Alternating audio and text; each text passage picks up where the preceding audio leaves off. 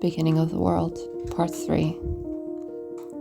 The last time I had spoken with a man who had lived with schizophrenia for as long as he could remember, he told me how he sees the world, how he thinks and how he dreams, what the voices tell him, and how his disease distorts reality for him. This morning, I had gone to the same group again and talked for a while with the therapist working with them. He told me a bit more about the people who live together in the house.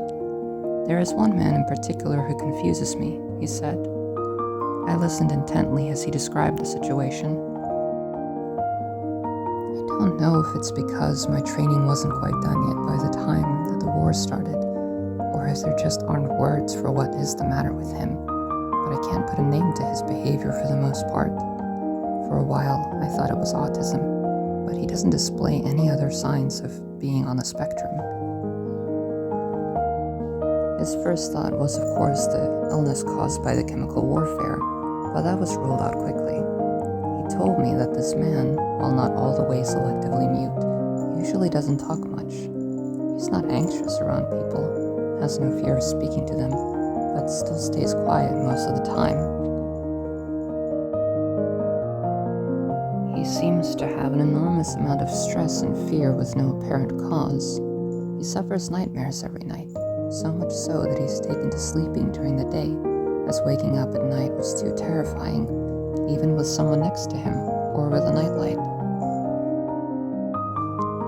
Instead, he spends his evenings with the artist, who works at night in the quiet.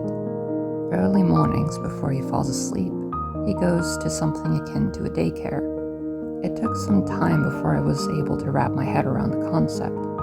I saw him hesitating, fearing that I might judge his client. I assured him that I would not. It's for people who regress back to an earlier time in their lives. We call it little space. I don't know that it's an official term. It doesn't seem to be in any of the older books on psychology or neuroscience. But when I was still studying to be a therapist, this concept was taught to us directly by our professor. He showed me the man's room as a way to explain, and it instantly made sense. While it might look like a child's room at first glance, on closer inspection it's clear that only an adult could sleep there. Everything was designed with emotional comfort in mind, to the point where practicality seemed forgotten. He went on to tell me that, for unknowable reasons, the man cannot feel loved. He can and does care about people. He loves them deeply, but he can't feel that they care in return, even if he believes that they do. I'm still trying to figure out why, the therapist told me. Normally, people who don't feel that they are loved have low self-esteem, and they tend to push others away.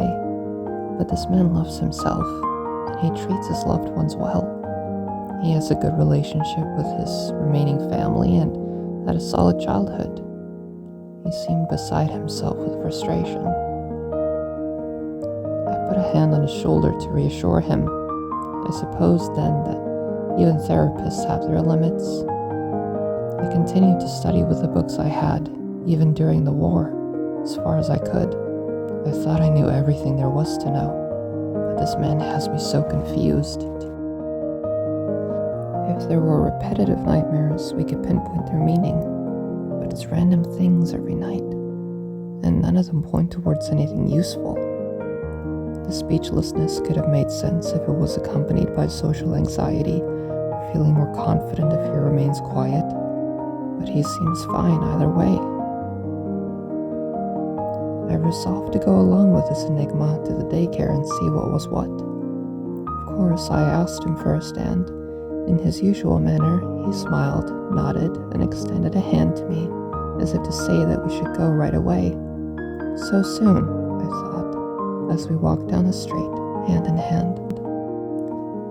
I went with him to a small building that is used as a church on Sundays and, as I now know, the venue for the little space group throughout the rest of the week.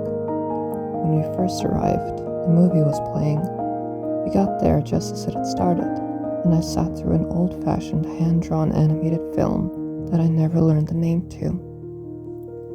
From what the therapist told me, there were all sorts of people in this building. They ranged from littles to caretakers, and even to people who were romantically interested in others like themselves. But mostly, people just went there to feel small again, to have a break from needing to be adults. When the man first took my hand, I felt that he was almost flirting with me. But as we sat and watched the film, and I saw him light up with laughter and genuine joy, he became more like an innocent child than anything else. I could no longer see him in the same way again, and found myself smiling at his happiness.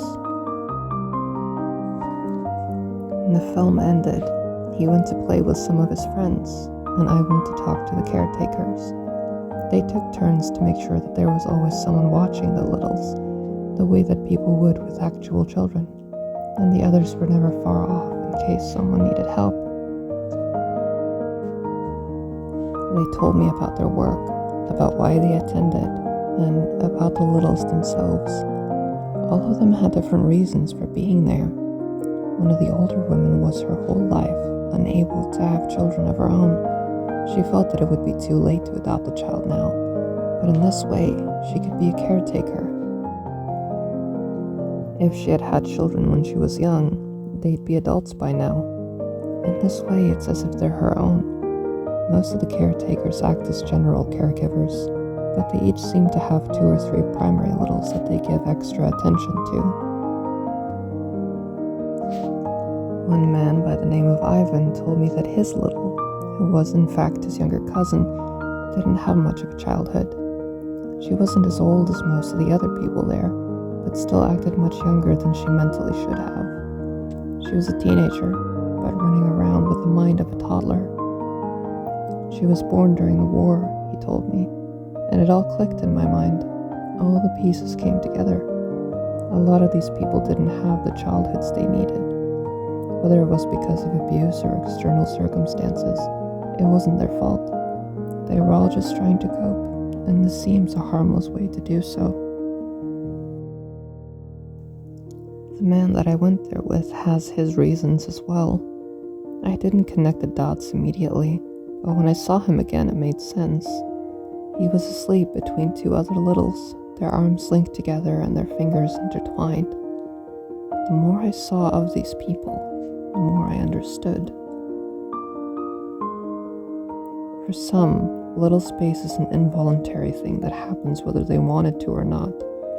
For others, like him, it's a useful coping mechanism that is honed as a skill.